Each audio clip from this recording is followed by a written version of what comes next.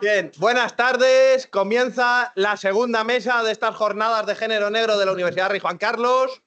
La mesa concretamente sobre cine y sobre plasmación de la realidad social por el cine negro, el thriller y el cine español de temática policíaca y criminal en general, ¿vale?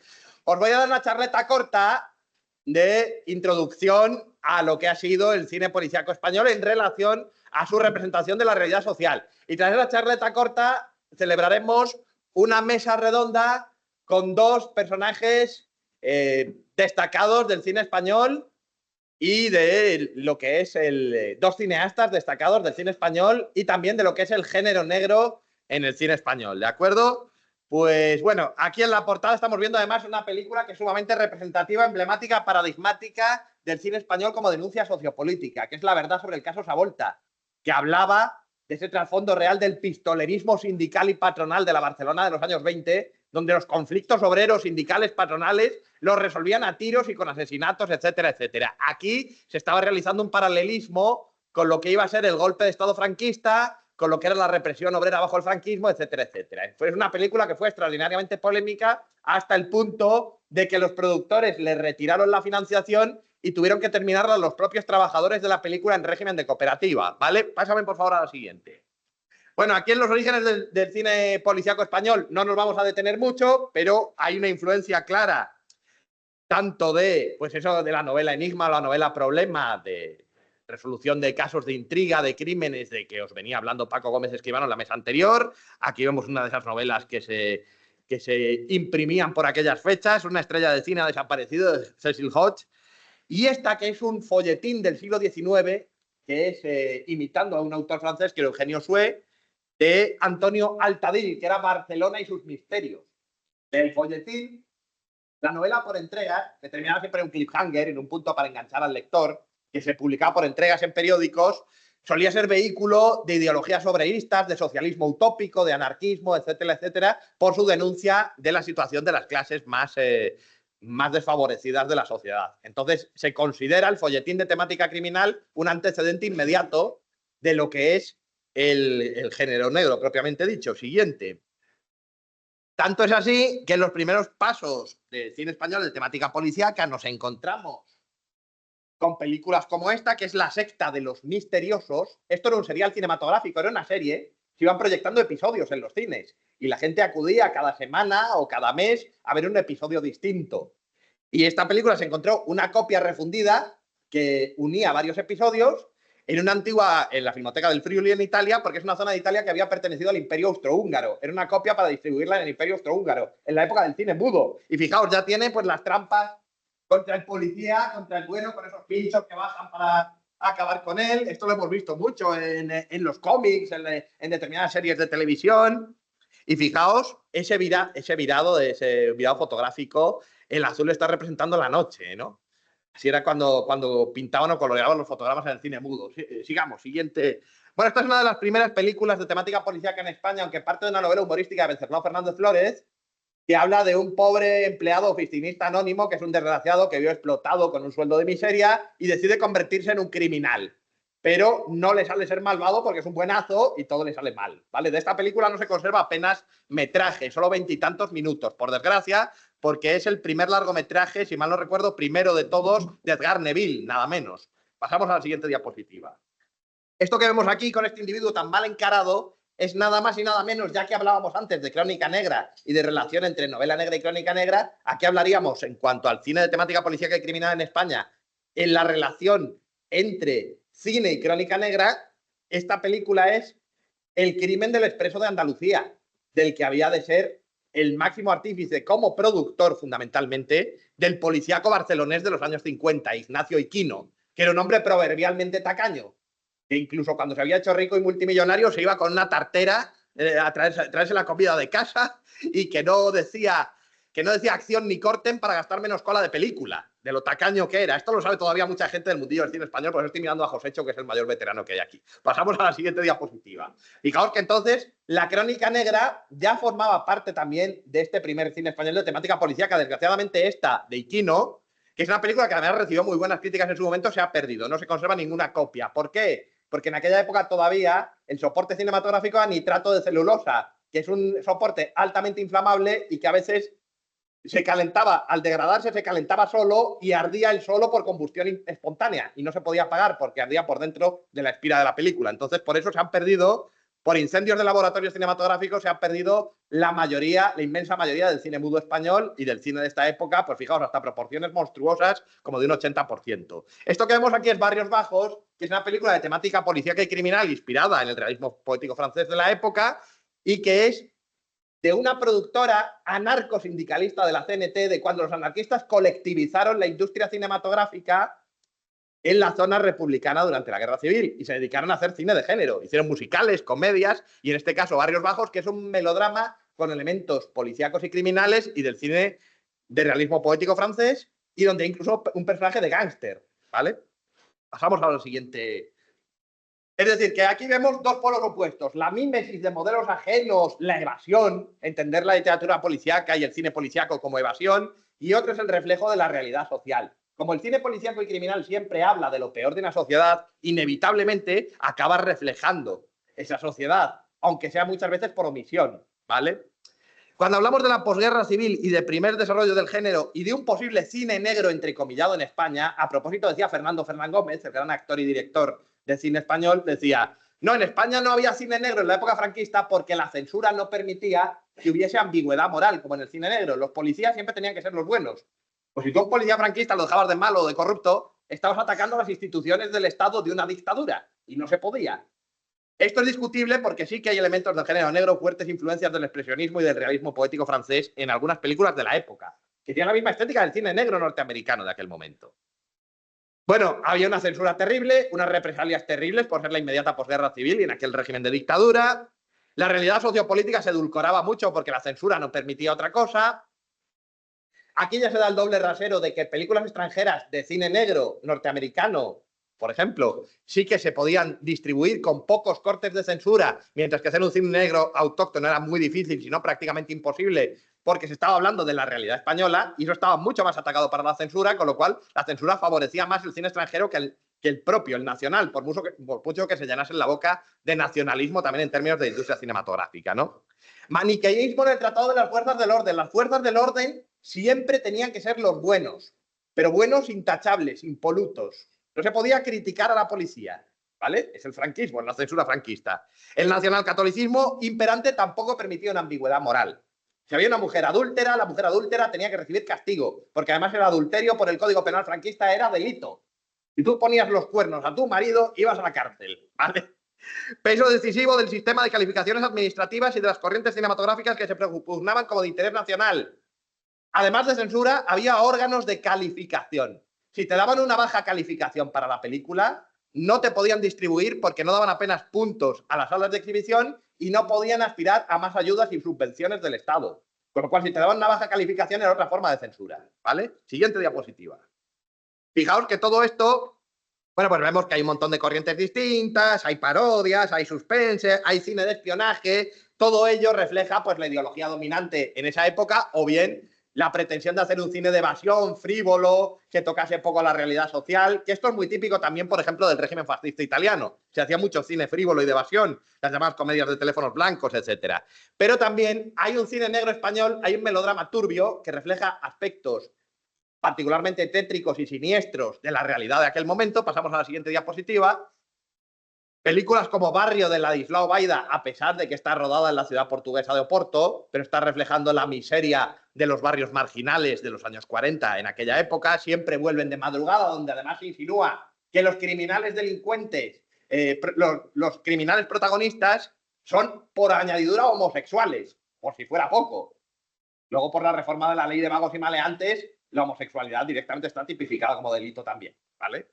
La calle Sin Sol, por ejemplo, también. La calle Sin Sol tiene el interés sobreañadido de que está ambientada en el barrio chino de Barcelona. que era realmente uno de los máximos centros del lumpen y del delito en aquel momento en España. Sigue siendo un barrio relativamente peligroso el Raval, pero en aquel momento mucho más. Entonces es una película que, a pesar de decir, bueno, un enfoque de melodrama con ciertos elementos maniqueos, pero ya es género negro, ya te está mostrando el protagonismo de antihéroes y un trasfondo social sórdido, tétrico, que existía realmente en la Barcelona del barrio chino. Seguimos. Aquí vemos, ¿no?, esa estética de claroscuros, de fragmentos de sombras sobre el rostro para mostrar la suciedad moral y la ambigüedad moral, en este caso del antihéroe protagonista, ¿no? Esto es en la película Siempre vuelven de madrugada, de Jerónimo Viura. Siguiente diapositiva. Tenemos que ir a toda velocidad porque es que estamos aquí yendo, abarcando, y quien mucho abarca poco aprieta, ya se sabe, ¿verdad? Pues fijaos, 12 horas de vida, que es una película de espionaje ambientada en la guerra de Marruecos con apología del colonialismo africanista, que es algo típico del trasfondo ideológico del franquismo, y Una mujer cualquiera, que es una película que en términos de género y de ideología de género que se dice a día de hoy es muy interesante, porque es una película sobre la mujer fatal, sobre la mujer que arrastra la perdición a los hombres, que era algo muy típico del cine negro de la época, pero además visto desde el prisma del nacionalcatolicismo del momento y de un cineasta, digamos, oficial, entre comillas, del régimen, como es Rafael Gil. Siguiente diapositiva. Bueno, luego ya se ha hablado, y de esto vamos a pasar muy de puntillas, porque está muy tratado historiográficamente por especialistas como Elena Medina, que iba a venir pero no pudo venir, y Francesc Sánchez Barba, que es la llamada edad dorada del policíaco español. Policíaco fundamentalmente barcelonés, aunque hay algunas muestras también en Madrid, pero fundamentalmente barcelonés. Es un cine que está forzado a la apología policial, sobre un modelo norteamericano. Esas películas norteamericanas que surgen como reacción a la mitificación y romantización del gángster en los años 30. Las películas como FBI contra el imperio del crimen de William Keighley, pues estas son el modelo, la apología de la institución policial que viene a restablecer el bien y el orden, ¿no? Esto es algo típico de ese policiaco barcelonés, y nunca mejor dicho policiaco, de aquel momento histórico. Refleja, sin embargo, bastantes aspectos de la sociedad española del momento y de la marginalidad, de la delincuencia, de los bajos fondos, pero siempre condicionada por ese maniqueísmo y esa exégesis de la institución policial. Luego también, cuando termina la autarquía, termina los años 50 y comienza a resquebrajarse y a finalizar el aislamiento internacional de España en aquel momento, esto se va a ir reflejando también gradualmente en el cine. Siguiente apartado. Bueno, aquí vemos varios ejemplos. Apartado de Correos 1001. Brigada Criminal tiene el interés que, a pesar de ser de un productor barcelonés, producida por Iquino y dirigida por él, esta película refleja el Madrid de aquel momento. Es un documento histórico de primer orden sobre lo que era Madrid y está en localizaciones reales. No son escenografías. Se ve lo que era la Gran Vía, la Plaza de España en aquel momento y un montón de localizaciones reconocibles del Madrid de aquel momento. Y esta que vemos aquí con título alemán es que es una coproducción hispano-suiza que no sé si conoceréis, que se llama El Cebo, que es considerado unánimemente una obra maestra del género criminal y que es sobre las peripecias de un asesino en serie de niñas. Y niñas pequeñas, que las atrae con unos espectáculos de marionetas y las asesina, y entonces sobre el policía que sigue las huellas de este asesino, ¿vale? La película es tan reputada, tan prestigiosa, que tuvo un remake en Estados Unidos, dirigido por Sean Penn y protagonizado por Jack Nicholson, ¿vale? Y se llamaba El Juramento. Sigue, pasamos al siguiente. Bueno, los años 60 pasamos también de puntillas por esta época porque queremos llegar ya a los tiempos de nuestros aquí contertulios Josécho y Hugo Ruiz. Bueno, esta época, además, está, como la mayoría de épocas del cine policíaco español, apenas explorada en términos historiográficos. Se ha tratado muy poco, se conoce muy mal. Sigue la apología policial, pero ya hay aspectos más duros, más ambiguos, más vinculados a ese carácter resbaladizo del género negro, porque hay una apertura de la censura, una apertura todavía tenue, con Fraga Iribarne y con el director general de cinematografía, José María García Escudero, que era un militar del cuerpo jurídico militar.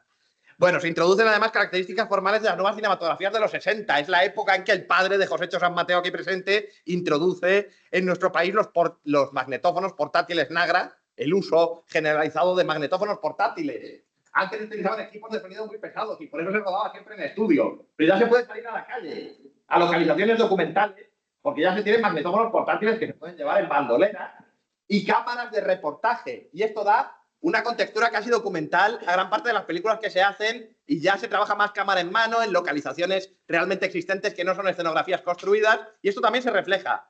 Esa influencia, esa renovación y ese soplo de aire fresco de las nuevas cinematografías europeas de los 60 también se refleja en el policíaco del momento. Luego, además, se generaliza la coproducción internacional, como otro de los rasgos de la apertura internacional de la España franquista. En la primera mitad de los 60 es coproducción hispano-francesa y en la segunda hispano-italiana. ¿Por qué? por una razón muy elemental. Porque entonces el trabajador español, junto con el portugués y podemos añadir al turco, eran los más baratos de Europa. Era una fuente de mano de obra barata inmejorable. Y esto lo aprovecharon los franceses, los italianos, los estadounidenses y un montón de gente. Sigue, por favor. Bueno, varios ejemplos. 091 Policía al habla, donde ya hay, en pleno año 1960, un policía que ya es más ambiguo y atormentado, que está encarnado por Adolfo Marsillac, que vive atormentado porque han asesinado a su hija pequeña, y es un personaje, es un policía que ya puede cometer errores, ya se pasa con el empleo de la violencia, es decir, ya hay ciertos matices de un policía un poco más oscuro, por así decirlo. No dispares contra mí, que es una película de José María Núñez, un exponente de la Escuela de Barcelona, de los nuevos cines de influencia europea de aquel momento y de vanguardia formal de aquel momento, y esta rara avis del cine español, este pajarraco raro del cine español que es El extraño viaje de Fernando Fernández, que es parte de un esquema propio, es un crimen real de crónica negra que existió, que es el crimen de Mazarrón, sobre el asesinato de dos hermanos en que estaba implicada la hermana mayor de ellos en un pueblo, y en este crimen se trata estéticamente y narrativamente desde la perspectiva tragicómica del esperpento de Valle Inclán. Es un esperpento. Viene de una tradición autóctona, estética tan autóctona como es el esperpento, ¿no? Y a día de hoy es una película de culto a pesar de que fracasó en su momento. Sigue, por favor. Bueno, luego ya también pasamos de puntillas por aquí porque hay muy poquito tiempo. El periodo oscuro de finales de la dictadura. Resulta que por diversos factores se recrudece la represión contra el cine español. Entonces, con el cine español como en general la represión social y política. Entonces, aquí, para eludir la censura, se acentúa el cosmopolitismo y el ambientar las películas en el extranjero. Llevarte las historias a Italia, a Francia, al país coproductor, a Estados Unidos, porque si no se habla de la sociedad española, la censura te castiga menos. Y esto es algo que se caracteriza mucho. Se generaliza mucho más la coproducción hispano-italiana para sobreexplotar con tretas muy sucias a los trabajadores cinematográficos españoles, porque en aquel momento la mano de obra cinematográfica española era de las más baratas del mundo. Se dan numerosos casos de películas que emplean un larvado discurso de dura crítica social y política, y eso vamos a ver algunos ejemplos. Pasa, por favor. A pesar de todo, fijaos que a pesar de tanta represión, sí que hay ejemplos. Fijaos, la respuesta es nada más y nada menos una película del cineasta catalán José María Forn, que ya había destacado en el policíaco catalán de los 60, y que sobre el estudiante universitario que asesina a un catedrático. Nada más y nada menos. La película está amputadísima por la censura, ¿vale? Sufrió varios costes de censura porque la historia, influida por el existencialismo francés de Camus, etcétera, es muy escabrosa. El asesinato de un profesor universitario por un alumno, ¿vale? La semana del asesino, de Eloy de la Iglesia, otro ejemplo más. Bueno, la película quizá más censurada del cine español, sobre todo por la relación homosexual que insinuaba entre sus protagonistas, pero sobre un obrero que vivía en chabolas, como tantos obreros de entonces, y por las circunstancias de represión que tiene que sufrir, se convierte en un asesino en serie, que mata a la gente con herramientas de carnicería, porque él trabaja en una empresa de charcutería, ¿vale? Esta película de Eloy de la Iglesia sufrió, si mal no recuerdo, 64 cortes de censura, nada menos, ¿vale? Tenéis una edición de DVD con muchos de esos cortes recuperados por un investigador que es Luis Párez, que es el actual director artístico de la Cineteca de Legazpi. Una vela para el diablo, de Eugenio Martín, interesantísima, es muy similar al extraño viaje, tiene elementos esperpénticos. Es sobre dos hermanas que en aquella España que ya se estaba abriendo al turismo, consideran que las turistas extranjeras que tienen esa forma de vida, de que se acuestan con quien quieren, que tienen libertad sexual, que van en minifalda, son grandes pecadoras a las que hay que redimir. ¿Y hay que redimir cómo? Matándolas. Las matan y los cadáveres los utilizan para dar sabor al vino.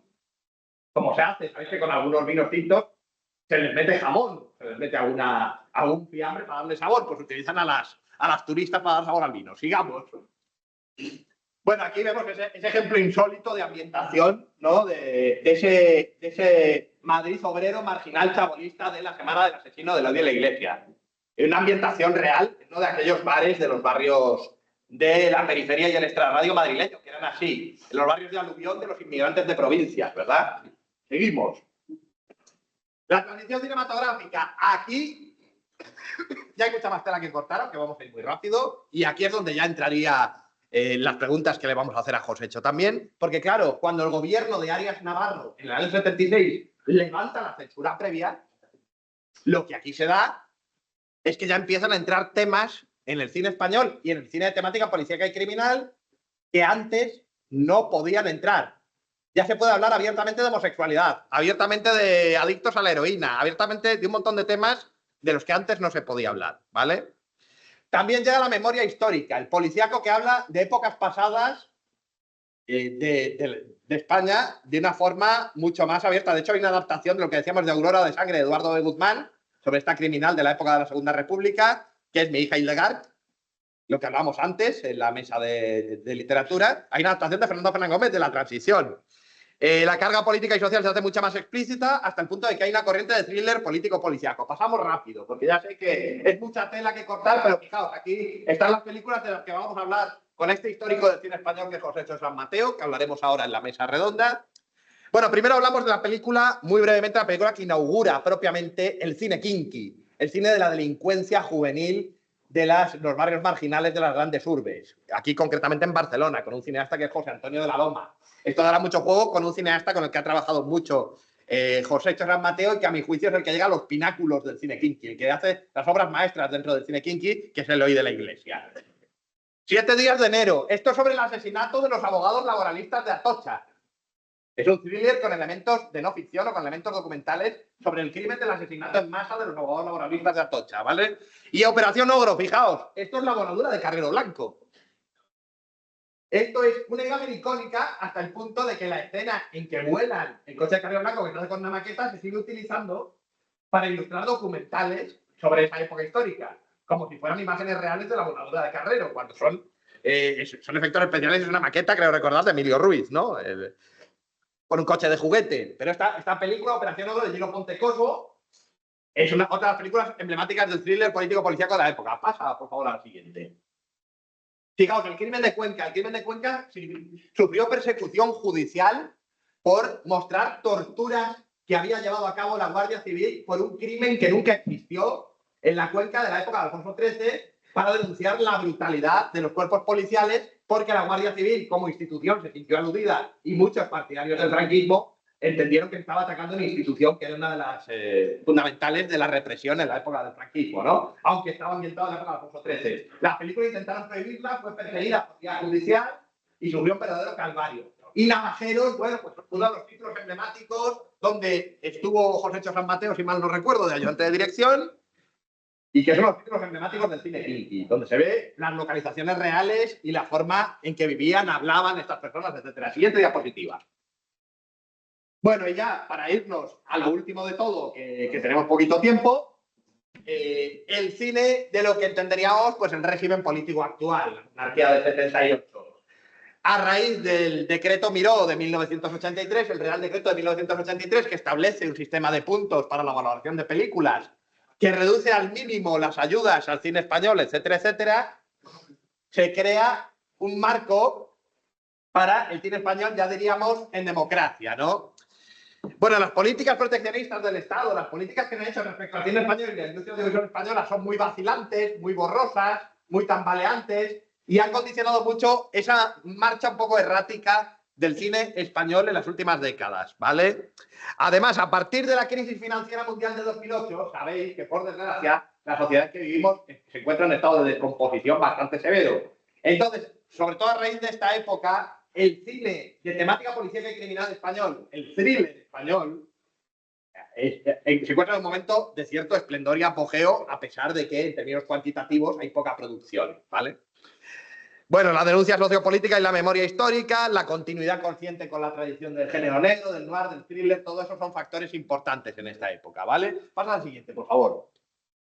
Bueno, aquí tenemos, pues, a comienzos de esta monarquía del 78 que tenemos actualmente, pues, destacaba temáticamente hablando, porque por valores cinematográficos era un cine muy pobre, pero porque estaba muy bien documentado, porque Pedro Costa había sido periodista y hace 2 películas policíacas sobre temas reales, que son el caso Almería y Redondela. Una es sobre el caso real de unos guardias civiles que asesinaron a unos chavales de 20 años porque los confundieron con un comando de ETA en Almería. Los asesinaron y luego incendiaron el coche. Esto sucedió de verdad.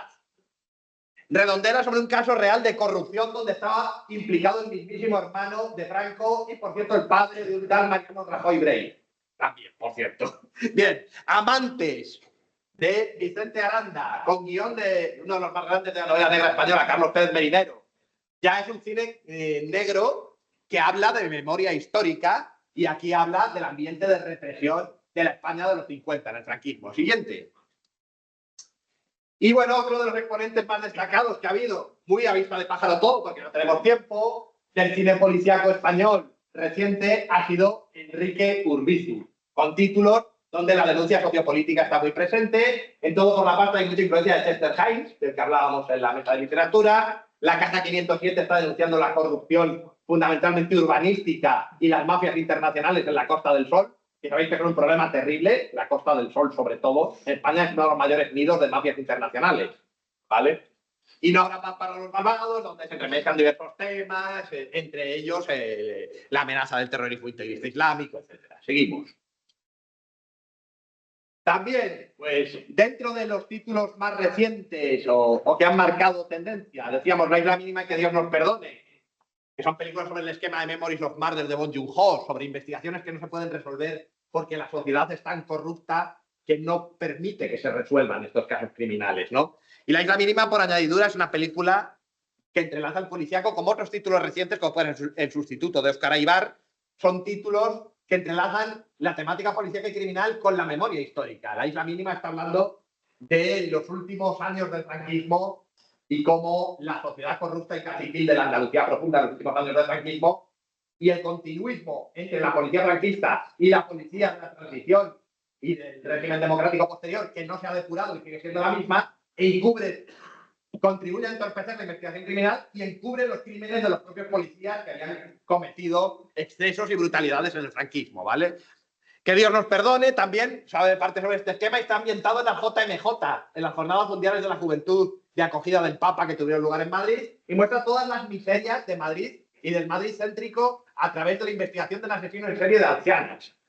Tarde para la ira de Raúl Arévalo, que es absolutamente negra, es absoluto género negro tradicional, sobre un solitario joyero en el curso de un atracador muy violento, ha asesinado a su esposa a golpes y va buscando a cada uno de los atracadores que iban enmascarados con un pasamontañas para irlos matando uno a uno.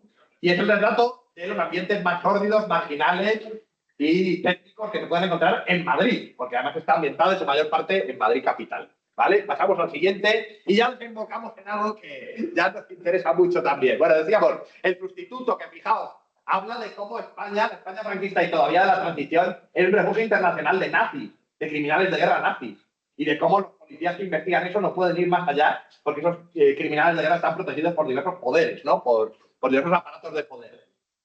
Dentro de las películas recientes que muestran ambientes marginales, de denuncia, etcétera, están estas películas de 2023, Últimas voluntades de Joaquín Carmona Hidalgo, sobre un ex recluso que intenta redimirse y que vuelve a encontrarse otra vez con el mundo del delito, que es un tema muy clásico del género negro. Y esta última es la que queríamos desembocar desde un principio ya en este final de la charla, que es Una noche con Adela, que está dentro de lo que uno de vosotros preguntó a propósito del protagonismo del antihéroe en el género negro. Aquí es un personaje moralmente repulsivo que tiene el protagonismo de un relato fílmico que nos lleva a través de la noche, pero de una noche no solamente física, sino una noche también moral. Es un personaje que muestra lo peor de la sociedad española en múltiples aspectos. No me voy a extender más en eso porque vamos a hablar de ello con su director, Hugo Ruiz, aquí presente. Y nada más. Gracias.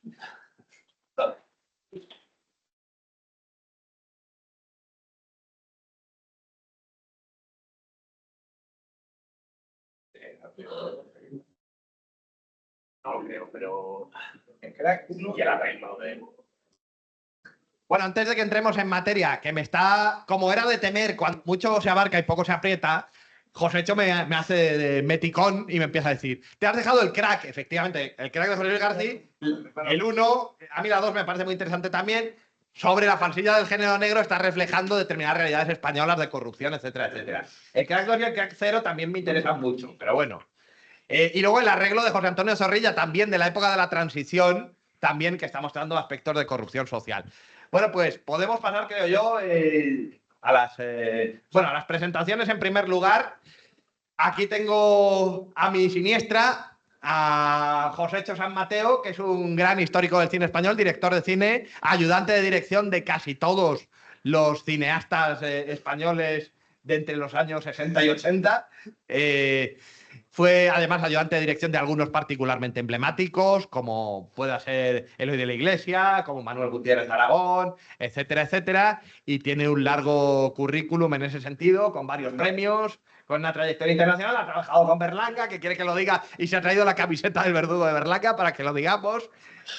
Y bueno, tenemos a Hugo Ruiz, que es un cineasta que además dio el petardazo bastante con Una noche con Adela en el Tribeca Film Festival, que es una película, pues en la tradición del thriller contemporáneo del género negro y de lo mejor, pudiéramos decir, del género negro español reciente, en un momento dulce de cierto esplendor, apogeo del género negro español. No sé si queréis hacer alguna puntualización curricular más o pasamos directamente al asunto. Me estoy quedando ya. Vamos a empezar antes de que yo me muera o me quede ya como la voz como Vito Corleone. Pasamos a las preguntas primero a Josécho, ¿verdad? A la preeminencia del sabio, del veterano, del histórico del cine español. Ahora te paso el micro. En primer lugar, la pregunta. Trabajaste en dos de los thrillers políticos más importantes de la transición española. Lo hemos visto, 7 días de enero, sobre los abogados laboralistas de Atocha, y Operación Ogro, sobre la operación para asesinar al presidente del gobierno franquista, almirante Carrero Blanco. ¿Cómo surgió el proyecto de 7 días de enero y qué papel desempeñaste en él? Bueno, buenas tardes a todos. 7 días de enero no existía como tal proyecto, porque lo que se estaba, o sea, cuando sucedió el atentado a los abogados de Atocha, dio la casualidad que nosotros estábamos con una especie de comando de cine que tenía el Partido Comunista, haciendo un documental sobre las manifestaciones y los movimientos estudiantiles, y teníamos en un coche metidas las cámaras todo el día para ir rodando historias. Al mismo tiempo estábamos aprovechando para rodar unas imágenes de esas manifestaciones para una película que ya estaba terminada, pero faltaban esas imágenes, que era Cámara Negra, de Manolo Gutiérrez Aragón. Cámara Negra, que era sobre una banda de terroristas de extrema derecha. Exactamente. Y entonces dio la casualidad que unos días antes, incluso unas horas antes del atentado de Atocha, mataron a una chica a golpes y un disparo en una calle, en la ciudad, y el día siguiente se hizo una manifestación tremenda por la Gran Vía, donde la policía, o sea, arrolló, empezaron con lo típico, y luego con botes de humo, balas de goma y algún disparo. Entre ellos murió un chaval, y nosotros tuvimos la desgracia o la suerte de rodar la matanza del chaval, los disparos y todo. Subíamos rodando para Cámara Negra la manifestación por la Gran Vía, cuando bajaban todos enloquecidos. Eso nos quedó un poco, nos quedamos alucinados. Me acuerdo que nos fuimos a ver el material, y esa misma noche, ese mismo día, por la noche, sucede la matanza de Atocha. Entonces, cogimos las cámaras, intentamos ir al portal, rodar lo que podíamos. Era un comando, teníamos eso. Miguel Hermoso, que es un director de cine, padre de un actor conocido del Río, pues era el que proporcionaba ese material, porque tenía una empresa de publicidad y nos dejaba aquello. Entonces, nos tuvimos que esconder, porque hubo órdenes por todos los partidos. Nosotros pertenecíamos al PC, al Partido Comunista, y hubo orden de que nos escondiéramos pero que fuera como al aire libre. Yo me acuerdo que nosotros nos metimos en el café comercial esa noche y estuvimos allí encerrados viendo a ver qué pasaba. Y al día siguiente ya sabíamos lo que había sucedido en Atocha, los muertos y tal. A los pocos días yo conocía personalmente, porque eran vecinos míos, a Luis Ramos, uno de los pocos supervivientes de los abogados, y hablamos con él para que nos contara un poco lo que había sucedido. Conseguimos permiso de la policía para poder entrar en el despacho, rodar todo lo que quedaba por allí de la matanza, del siniestro y los destrozos, y empezamos a intentar hacer un documental. Y de pronto, a los 4 días así de estar con el documental, recibimos una orden tajante de la esfera de arriba del Partido Comunista, encabezada por Bardén, que paralizáramos todo. Nos reunimos en una parte de la sede y nos dijeron que teníamos que entregar todo ese material a Bardén. Hubo una bronca por nuestra parte, otras por otro. Al final, pues sucedió lo que esperábamos. Bardem estaba escribiendo un guión con lo que estaba sucediendo para rodarlo ya y al final la orden fue que entregáramos ese material. De la bronca que tuvimos, nos había propuesto trabajar en el proyecto, yo me negué, no tenía ganas de estar a esas órdenes y me retiré del asunto. Y a raíz de ahí, pues bueno, ya lo que sucedió fue que empezaba toda la película. 2 días después de esto hubo una gran manifestación, bueno, donde estaban todo tipo de políticos y todo tipo de partidos, y eso provocó que a las 48 horas de aquello se legalizara el Partido Comunista y cambió muchas historias. Eso fue un poco la historia. Bueno, muchas gracias, Jorge. También era para preguntarte que en realidad, pues tanto 7 días de enero como Operación Ogro, 7 días de enero es un proyecto muy vinculado al Partido Comunista, porque además estos abogados asesinados eran del Partido Comunista y de comisiones obreras. Pero también era para preguntarte, porque ambas películas entroncan bastante con lo que digamos por Crónica Negra, sobre todo 7 días de enero, aunque Operación Ogro se hizo bastantes años después, porque es del año 80, si no recuerdo mal. 78. Es de 78, Operación Ogro, vale. Pues entonces, ambas películas, digamos, ¿cómo se documentaron más o menos? Porque 7 días de enero fue un poco al pie del cañón, por así decirlo. Pero Operación Ogro, porque tiene una reconstrucción verdaderamente admirable de lo que era aquello. Sí, lo que tú has dicho, bueno, del 7 de enero se ambientó hablando con los supervivientes y eso ya, como se encargó Bardem del asunto, nosotros no, lo que he dicho antes. Operación Ogro surgió a través de Eva Forés, que había escrito el libro famoso con un seudónimo y había estado, porque ella participó directa o indirectamente en el atentado, porque el comando cuando llegó la primera vez estuvo en casa de Alfonso Sastre y de ella, y ahí donde se guardó bastante material luego de los explosivos. Entonces, ella luego recuperó, cuando sucedió todo, pues ella empezó a trabajar en ese libro que al final se convirtió en una novela un poco de culto y una novela periodística, y no sé cómo José Sámano, productor, con Mercedes Milá, que era su socia, pues lo recogieron, se pusieron en contacto con Gilo Pontecorvo, que en ese momento era como un periodista del mundo del cine, que había rodado la batalla de Argel, estaba por las nubes, era como un dios del cine político y del cine, todo el cine político en ese momento. Y además, porque era más fácil conseguir dinero en Italia que aquí, y se hizo una coproducción italo-francesa con el dinero español de Sámano, y le entregaron el libro para que escribiera el guión. De hecho, el guión original está escrito por Pontecorvo y por su grupo, por los italianos.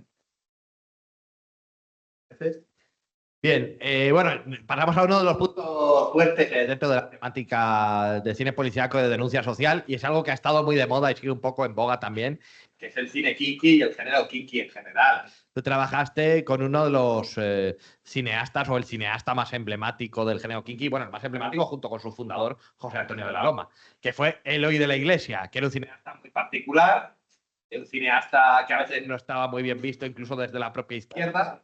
Y además, bueno, me gustaría que nos contases cómo fue trabajar con Eloy de la Iglesia, concretamente en esos títulos de cine kinky. Creo que estuviste en Navajeros y en el Díptico del Pico, ¿puede ser? Hicimos también, bueno, una que se llama Mira salir de noche, que no tenía nada que ver, pero que estaba también, era un grupo de kinkis atacando. Era medio comedia satírica. Pero Navajeros sí, Navajeros era. Eloy no era, en ese momento no tenía una afición así por el cine kinky, quería hacer algo más bien policíaco, así, pero surgió el caso del Jaro y bueno, pues ya Eloy empezó a darle vueltas y estábamos terminando de rodar El sacerdote y estaba todo el día con la historia del Jaro, que lo tenía en la cabeza, que había que hacer una película sobre el mundo kinky, que de una forma que no se hubiera hecho como la que se habían hecho ya por ese cine catalán que tú decías. Y empezamos a investigar quién había sido el Harold, su familia, sus amigos, sus colegas, y fuimos dándole los datos a Eloy para terminar ese guión, que bueno, que ahí está, que yo creo que de todas las películas que se han hecho en el género kinky, la que más tiene la gente en la cabeza es Navajeros, ¿no?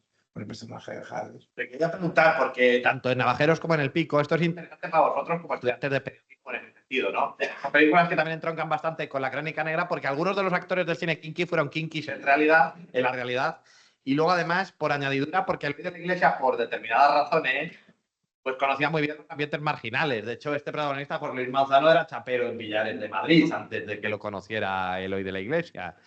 Era un chaval, pues eso, de la marginalidad que venía de prostituirse, ¿verdad? O sea, que era muy feo decirlo en público, pero es historia ya y es importante, ¿no?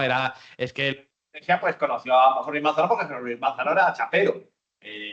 Entonces, eso por un lado. Por otro, que es que está reflejado de manera fidedigna cómo eran, cómo pensaban y cómo hablaban los kinkis de la época. Entonces, también me gustaría un poco que me hablases de ese profundo conocimiento que tenía Eloy de la Iglesia de los ambientes, de lo que fue un auténtico cronista, como lo fue José Antonio de la Loma también, por otra parte, ¿no? Hombre, aquí yo creo que la ayuda que tuvo fue que lo que tú has dicho antes, quitando uno de la banda, solo hay uno que es actor, porque queríamos tener a alguien que además nos hacía lo que se decía coach, por lo que hacía era un poco ayudar a los chavales a pasar los diálogos. Uno de los actores, los demás eran todos de verdad kinkis, todos. El que menos había robado 7 coches. Pero curiosamente eso que estabas contando, Eloy luego era un personaje que no quería entrar, no entraba en ese mundo, nos hacía meternos a nosotros. De hecho, el que tuvo que hacer jugar la baza para sacar al chapero de los días fui yo, haciéndome pasar porque estaba buscando un lío con un chaval. O sea, y luego lo saqué fuera y Eloy es que se quedó con él. Pero yo creo que Eloy le sirvió muy bien ese mundo. De todas formas, fue todo muy curioso porque Eloy en ese momento estaba un poco jodido y yo tuve que rodar toda la segunda unidad de todos los exteriores de la película y Eloy rodaba los interiores y la verdad que el aprovecharnos de verdad de los chavales, de lo que nos contaban y de sus bandas, que eran las que venían a hacer de figuración y un poco a contarnos lo que teníamos, bueno, más que nada a vigilarnos si estábamos haciendo del Jaro un rey o íbamos a hacerle un asesino o un ladrón de mierda. Entonces, la verdad que nos tenían vigilados por todo el rato porque querían que Jaro terminara siendo un dios, y es que lo que se sufrió. Voy a hacer una tontería que no tiene nada que ver de una cosa que has dicho antes, cuando estabas hablando del cine negro con la época del franquismo y tal. Había una cosa curiosa. En las películas que se rodaban, en casi todas, incluso aunque no fueran películas con pinta de películas que podían tener algún rollo político o alguna historia y tal, la policía o el ministerio que se llamaba Ministerio de Interior y todo eso, mandaba un policía para que estuviera en el rodaje, siempre, con un arma.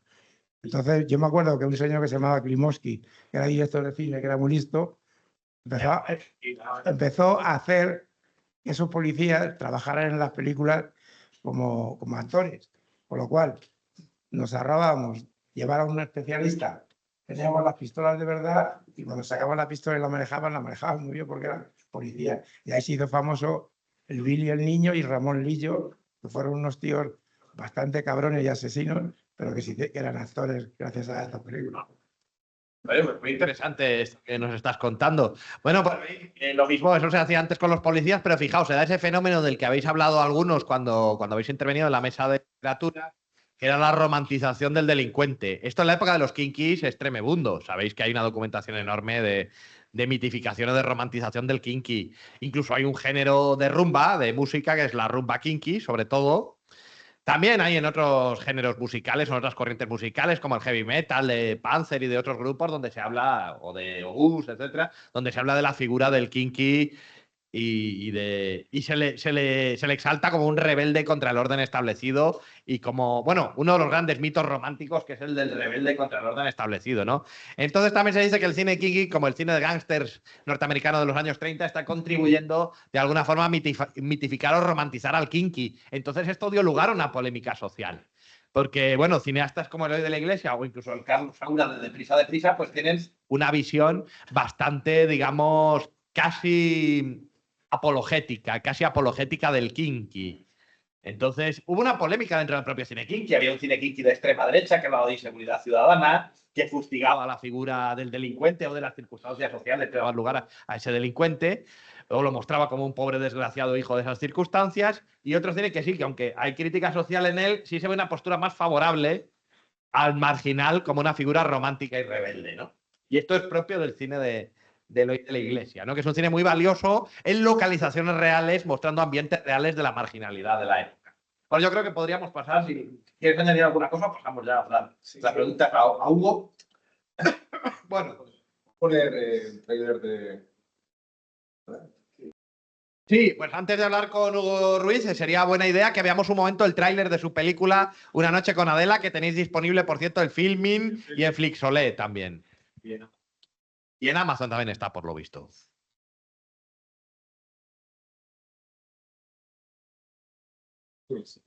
Sí.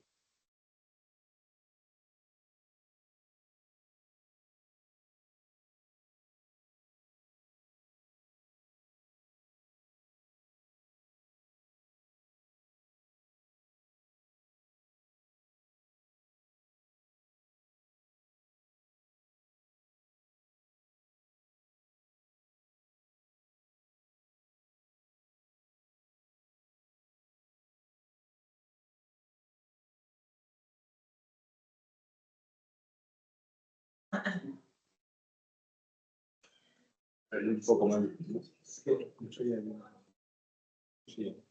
sale aquí. El sonido. Tenemos un problemilla técnico, a ver qué pasa, ya sabéis. Lo que pasa siempre en las aulas es que de pronto no funciona el sonido y cosas por el estilo, ¿no?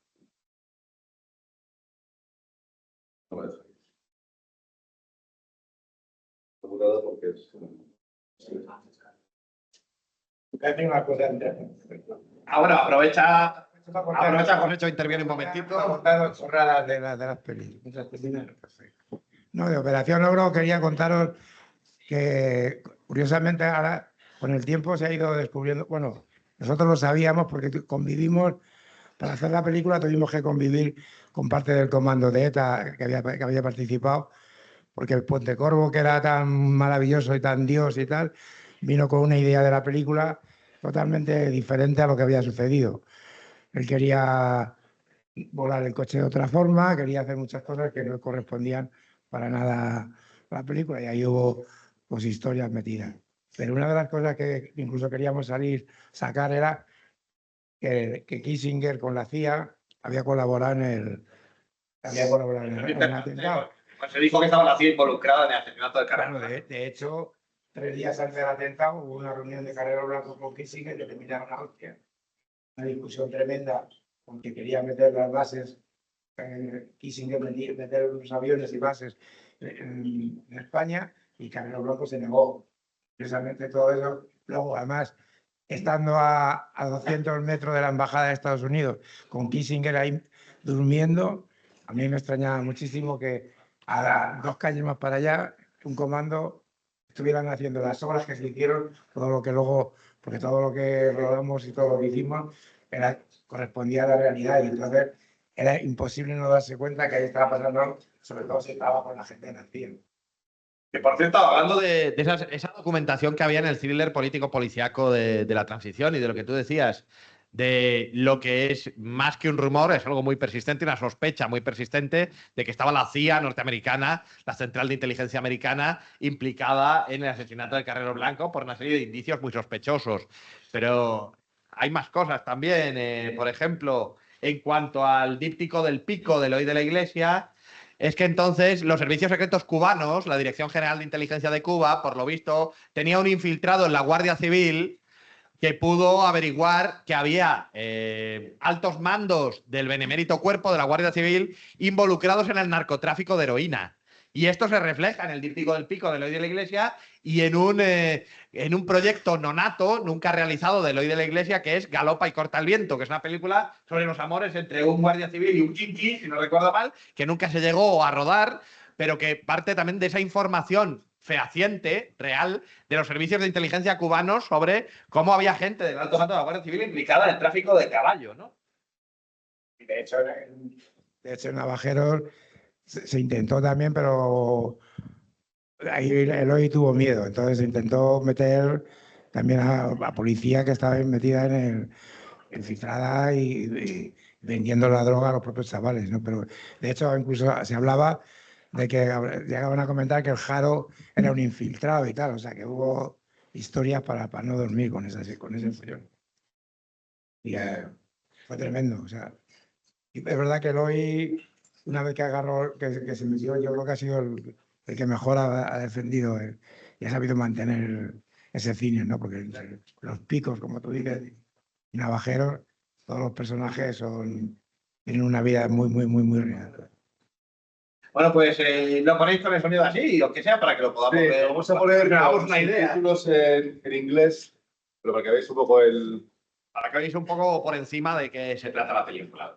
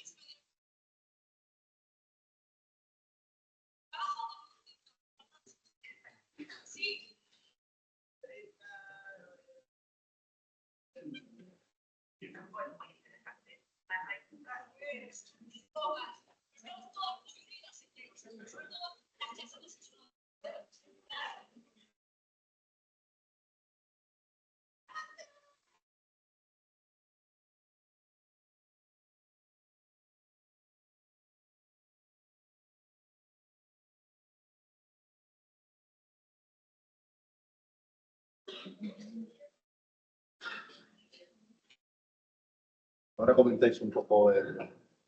Y pues pasamos a hablar con Hugo Ruiz, que es el director de La Noche con Adela. Bueno, este tráiler que habéis visto, que ya de por sí es muy sórdido y escabroso, nos da una idea bastante aproximada. Por desgracia, perdemos el componente sonoro, pues es una película con una banda sonora atmosférica y con unos componentes sonoros muy interesantes. Pero bueno, ya planteo, bueno, la primera pregunta que iba a plantearle a Hugo Ruiz, que es todavía inusual encontrarse con piezas fílmicas como estas en el cine español. Si habéis visto thriller norteamericano de los años 70, clásicos que hemos visto todos prácticamente, como Mean Streets, Malas Calles de Scorsese, Taxi Driver, como Henry retrato de un asesino ya en los años 80, ¿no? Eso son películas que son, como decía Paco Gómez Escribano en la mesa de literatura, son como un puñetazo en el pecho o en el estómago del espectador, ¿no? Parten de una concepción muy escabrosa de lo que es el thriller y la herencia del género negro. Entonces, ¿tenías estos referentes cuando emprendiste el proyecto? ¿Qué referentes en general tenías en la cabeza cuando comenzaste con el proyecto de Una Noche con Adela? Hola, buenas noches o tardes, no sé ya qué hora es. Tardes. Realmente la primera peli que vi que me inspiró para hacer Una Noche con Adela es una peli que se llama Victoria, que es una peli alemana que creo que tiene escasamente 5 o 6 años tendrá, que está rodada en plano secuencia y que pasa toda en la noche berlinesa. Es una chica española, la actriz es Laia Costa. Entonces contaba una historia en plano secuencia, ¿no? En la que pues una chica pues le pasaban diversas cosas durante toda la noche. Entonces, bueno, esa fue mi referencia para hacer una película en plano secuencia. Lo que pasa es que luego es cierto lo que dices, que luego ya mis referentes para ya narrar mi propia historia sobre todo fue el primer Scorsese, ¿no? Que es Taxi Driver, Joque Noche, por ejemplo, también por la estructura, incluso El Rey de la Comedia, también bebe un poco de ahí, ¿no? Pero narrativamente, digamos que me voy más hacia Victoria, que fue la que me inspiró. Lo que pasa es que a mí me encantaba el personaje, no sé por qué siempre he tenido como una afición especial hacia los barrenderos por la noche. Entonces, pues quise contar la historia de una barrendera que yo en todo momento cuando la concebí como un personaje poderoso, ¿no? Que fue Adela.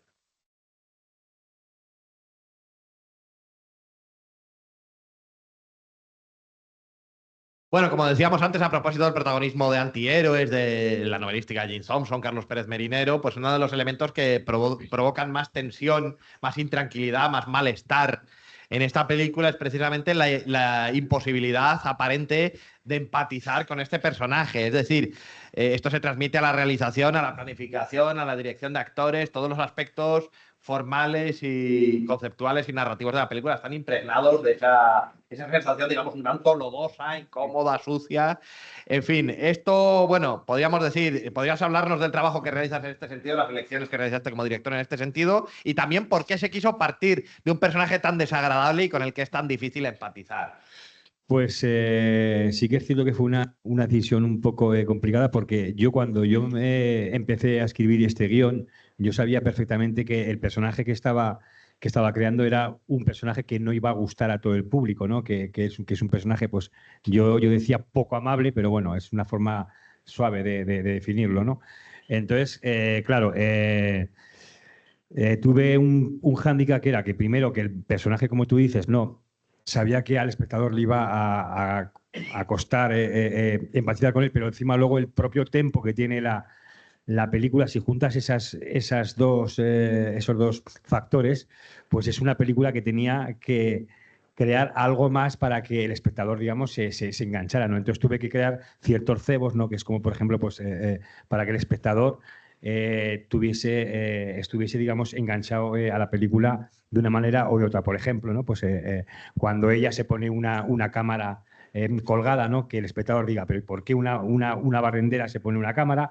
O cuando entra en una casa que es una casa de alguien rico, ¿no? Que no, un señorial. Entonces, claro, yo tuve que ir dando como pequeños inputs, ¿no? Para que el espectador, porque efectivamente el personaje está construido para que sea un personaje desagradable como la propia película. Y yo siendo consciente de eso, lo quise escribir así y luego también lo quise rodar así.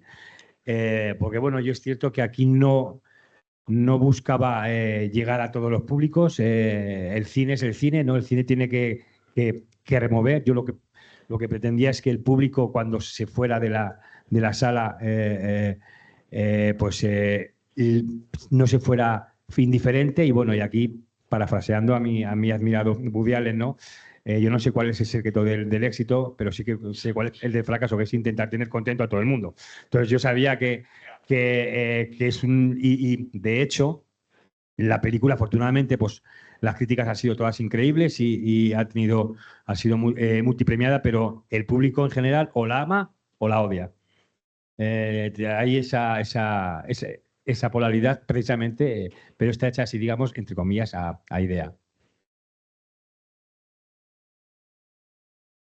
Bueno, luego decíamos también que dentro de la tradición cultural y narrativa en la que entra Una noche con Adela, y esto creo que ya he hecho alguna alusión, está claramente la del género negro, porque es un género que juega con la incomodidad, con el claroscuro estético Totalmente. y ético y moral, y con la ambigüedad moral.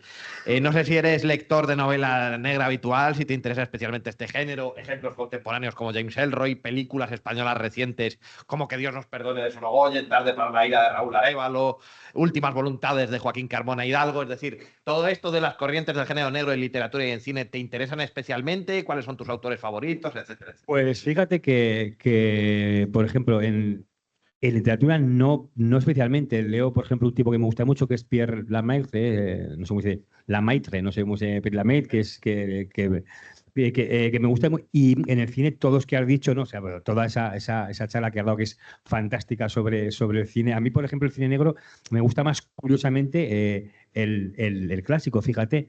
Por ejemplo, que has dicho fue El Cebo, que es una película espectacular. La de Muerte de un ciclista me parece una película a mí también, a mí me encanta. O sea, es una película y sobre todo, por ejemplo, en el cine negro extranjero también, ¿no? Por ejemplo, El Crepúsculo de los Dioses es una de mis películas favoritas y yo la puedo catalogar ahí, ¿no? Incluso en un tipo de cine negro. Fíjate, o sea, por ejemplo, la veo o Un crimen además histórico real, que fue la noche de los cuchillos largos. Entonces hay muchos. Entonces, bueno, y luego fíjate también que yo me voy mucho y aquí sería mucho para hablar con José, porque con el cine kinky, ¿no? O sea, de hecho, si lo piensas, mi personaje, Adela, es muy kinky. Es una tía kinky. De hecho, fíjate que esto es curioso. Mi siguiente película, que la voy a rodar ahora, uno de los protas se llama Jaro, precisamente por el Jaro, porque a mí, por ejemplo, Navajeros, cuando era crío, me impactó, porque yo creo que el cine negro o el cine kinky, para mí, lo que tiene que hacer es que cuando te vayas a la cama estés incómodo, te haya despertado algo por dentro. Y a mí, por ejemplo, ver al Jaro, al Pirri, yo me acuerdo del Pirri, a mí me daba un miedo de la hostia. El Pirri, el personaje del Pirri este que era... si no...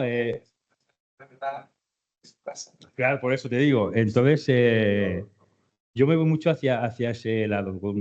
De hecho, como digo, mi cine película es una mezcla de cine tarantiniano y cine kinky. Por eso a un personaje le he puesto Jaro. Sí, sí. Yo tengo una pregunta, es ¿por qué una mujer? Pues Es que de una forma u otra el personaje sería bastante más... Pues fíjate que yo, por ejemplo, mis productores me decían que yo vendiera la película como que es un personaje femenino, ¿no? Como empoderado en la sinopsis, y yo se lo prohibí por completo, ¿no? Porque no es una mujer empoderada, es un personaje empoderado. Igual puede ser un hombre que una mujer.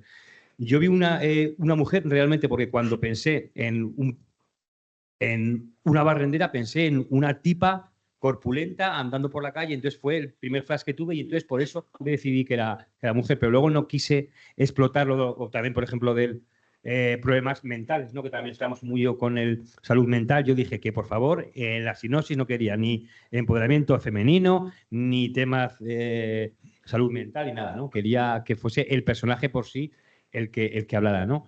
No porque sea mujer o porque sea hombre, sí.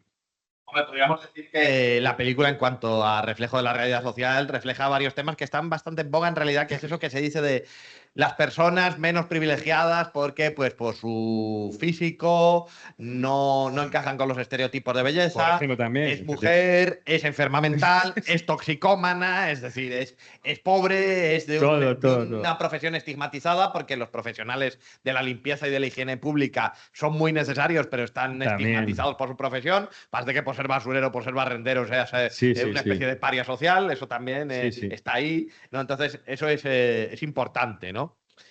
Bueno, en este sentido también pudiéramos decir que por qué, si estás eligiendo la denuncia social, ¿por qué desde un personaje que, aparte de todo lo que hemos dicho, por qué de un personaje con el que no nos podemos identificar? Porque habitualmente cuando queremos hacer denuncia social queremos identificarnos con el personaje. De esta película, la gran frustración, la gran tensión, el gran malestar viene sobre todo de que no podemos empatizar con el personaje. Correcto. Pues fíjate, pues es algo...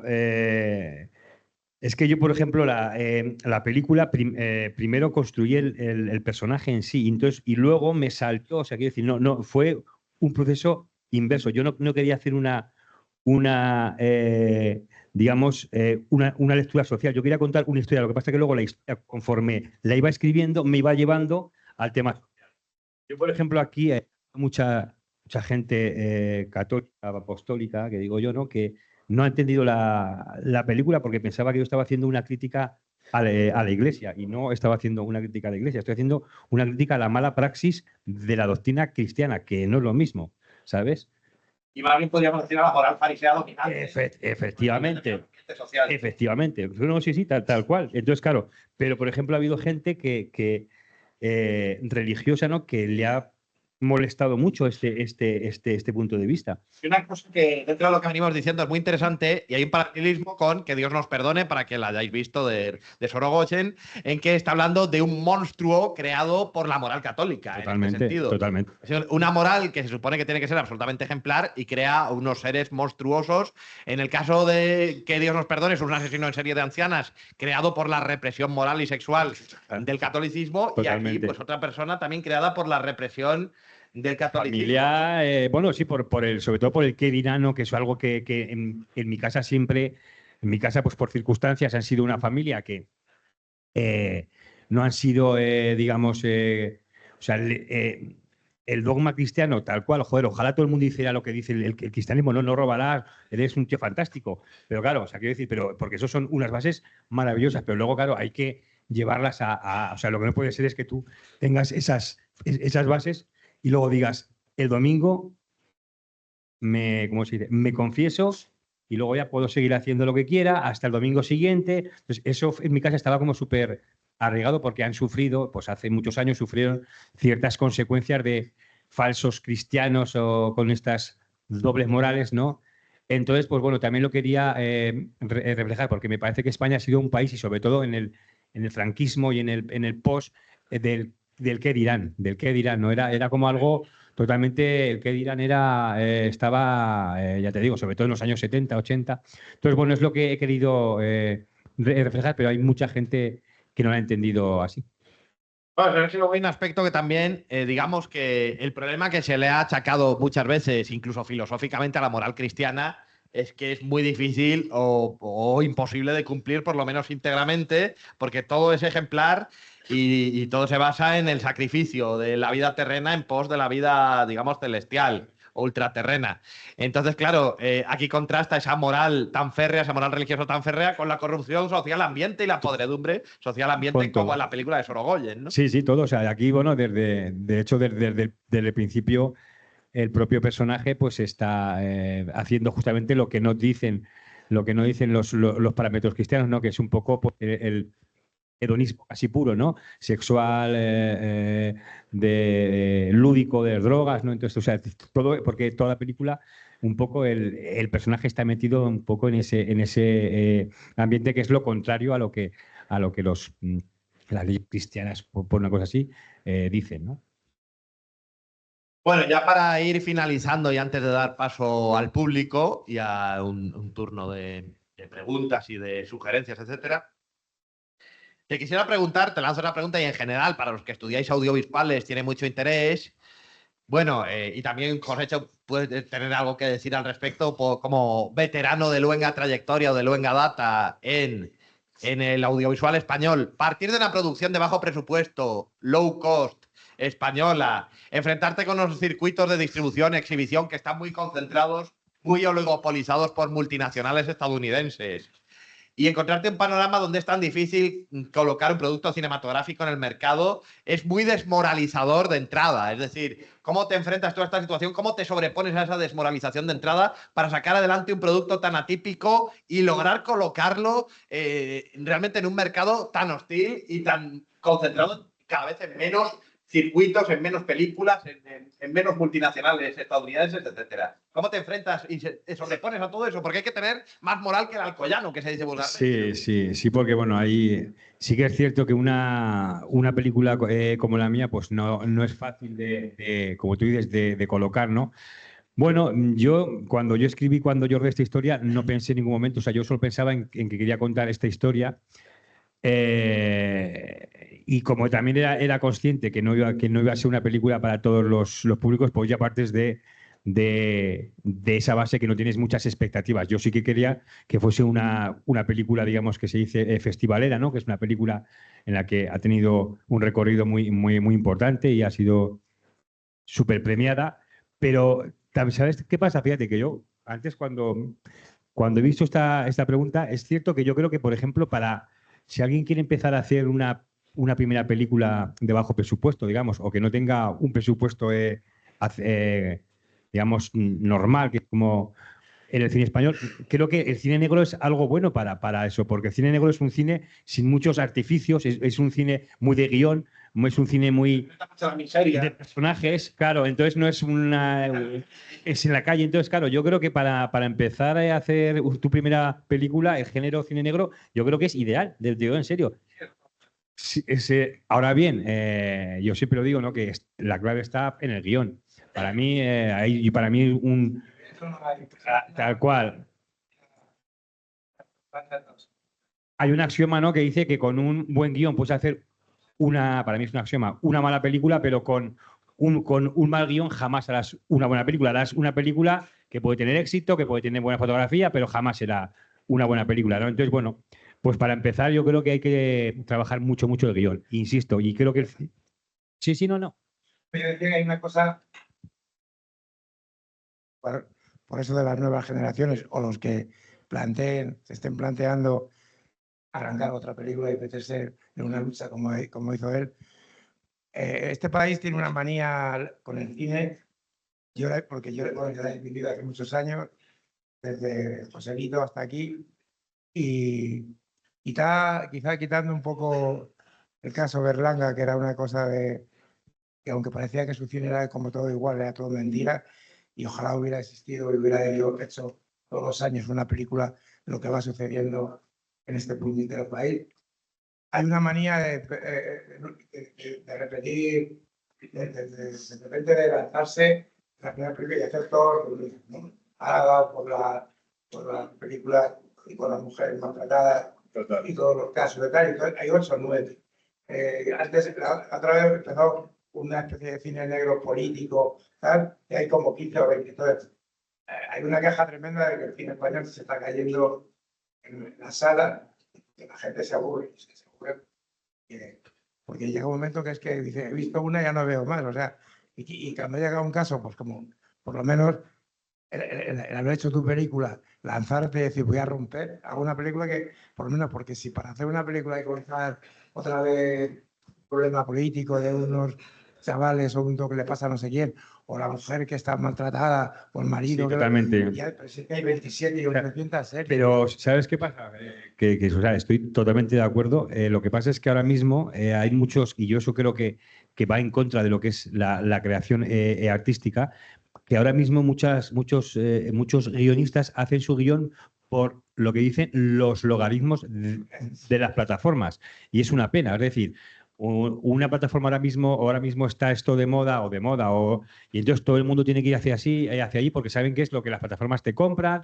Pues, por ejemplo, lo que tú has dicho ahora mismo, pues con el tema de mujeres, temáticas de mujeres embarazadas, todo esto, ¿sabes? Porque es lo que te compran. Entonces es cierto que muchos creadores se limitan a la hora de poder crear la historia que ellos quieren crear. ¿No? Yo aquí sí que fui libre, yo aquí creé la historia que yo quise crear y bueno, y afortunadamente...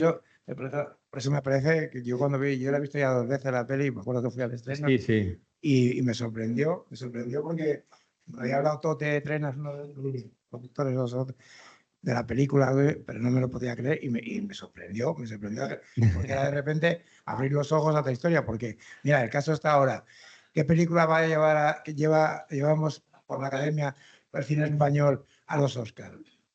Vamos ¿con qué vamos? Una película de los planetas o una historia, una película súper extraña que no sé lo que pasará, pero bueno, por lo menos es totalmente diferente a lo que se ha hecho. ¿Qué película ha ganado San Sebastián? Una película que quiero ver porque es la que también me apetece ver más que todos los demás y no me apetece, con toda la amistad que tengo, algo distinto. porque empezamos, porque hemos estado juntos mucho tiempo en sus épocas gloriosas con Pedro, con Almodóvar, pues es que te veo y digo, joder, qué buena película y tal, pero es que no me apetece nada. Porque no me interesa. Entonces, me sorprendió. Buscar algo distinto. Película y estoy pensando. Gracias. ¿Qué es lo que hay? Veo una película de esta, de repente en Noruega.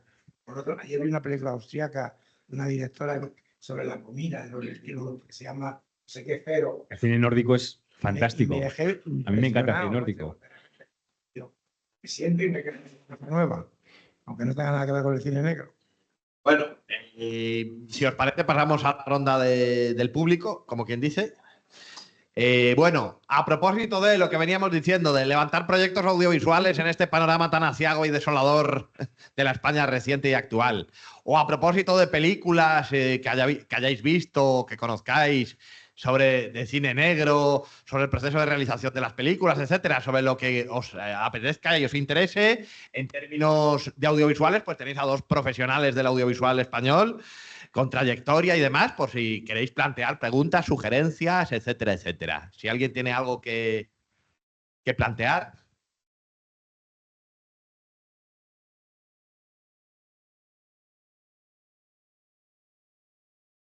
Algo a propósito del cine negro reciente, thriller reciente, cine español reciente, Series. levantar proyectos audiovisuales, series también, tal como está el patio. siempre es interesante y teniendo a profesionales audiovisuales aquí tiene su interés. Si queréis plantear algo.